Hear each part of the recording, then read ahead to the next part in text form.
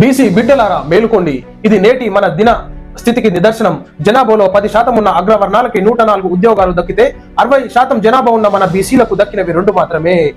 వాస్తవానికి ప్రజలారా ఉన్నటువంటి తెలంగాణ రాష్ట్రంలో 119 నియోజకవర్గాల్లో బీసీలకు ఎన్ని సీట్లు వచ్చినాయి ఒకసారి ఆలోచించుకోవాలి. బీసీలకు ఎన్ని మంత్రి శాఖలకు అలాట్ చేసినారు ఒకసారి ఆలోచించుకోవాలి. ఇకనైనా బీసీలు మేల్కొనాలే. ఏమన్నా సోయింది అసలు బీసీ ప్రజలారా?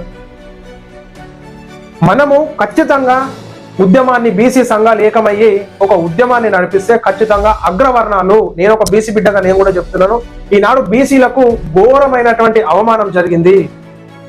ప్రజలందరూ మరి బానిసల్లాగా అగ్రవర్ణాల దగ్గర, బానిసల దగ్గర, రాజకీయ నాయకుల దగ్గర బానిసలుగా ఎందుకున్నారో ఒకసారి ఆలోచించుకోవాలి. సిగ్గుపడాలి మనంతా. ఉన్నటువంటి ఇన్ని నియోజకవర్గ స్థానాల్లో బీసీలకు ఎన్ని సీట్లు కేటాయించినారు? బీసీల ఓట్ల శాతం 60% ఉన్నటువంటి బీసీలు ఎందుకు అడుక్కుంటున్నారు? చిప్ప పట్టుకొని అడుక్కునేటటువంటి పరిస్థితి ఎందుకు వస్తుంది? అందరు ఏకమైతే కదా ఉద్యమాన్ని నడిపించి బీసీలకు రావాల్సినటువంటి న్యాయ పోరాటం జరిగితే కదా బీసీలకు అప్పుడు సోయి వచ్చినట్టు ఉంటుంది. ఇంకా అడక తినే పరిస్థితి ఎన్ని రోజులు ఉంటుంది?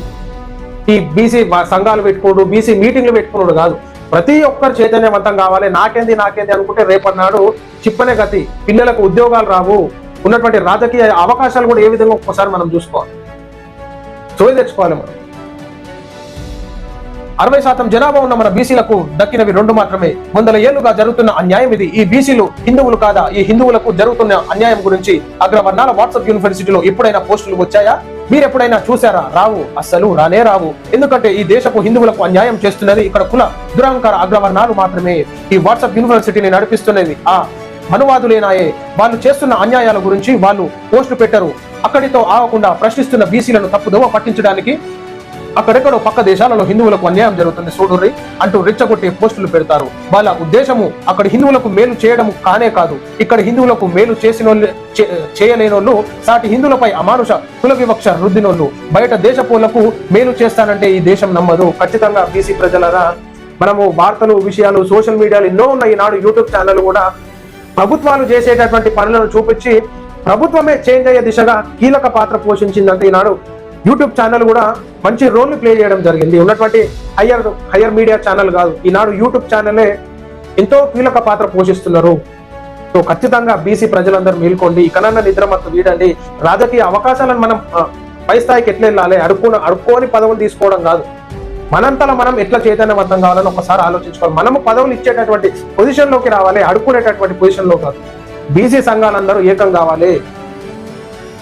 ఏదో నామమాత్రంగా గ్రూప్లలో వీడియోలు పెట్టుడు, తూతు మంత్రంగా అందరూ ఒక దగ్గరకు వచ్చి దావత్లు చేసుకొని మూడు దూసుకొని ఛాయలు తాగిపోతే కాదు. దాని మీద ఒక ప్రణాళిక రూపొందించుకోవాలి. ఖచ్చితంగా బీసీ సోదరులు, యువత, ప్రజలు అందరూ ఏకమైతేనే న్యాయం జరుగుతుందని చెప్పేసి నేను మా ఛానల్ ద్వారా నేను కోరుకుంటాను. మీరందరూ కూడా ఖచ్చితంగా తెలంగాణ రాష్ట్రంలో ఏ విధంగా పరిస్థితులు ఉన్నాయో ఒకసారి గ్రహించుకోవాలి. ఇతరులను ప్రశ్నించే ముందు ఈ వేలును మనది చూసుకొని మనము ఎట్లా చేస్తున్నాము, మన అవగాహన ఎట్లుంది, మనం ఏ విధంగా చెప్తున్నాం, అసలు మన పరిస్థితులు ఎట్లున్నాయి, మనం ఏ విధంగా చైతన్యవంతం కావాలని చెప్పేసి ఆలోచించుకోవాలి.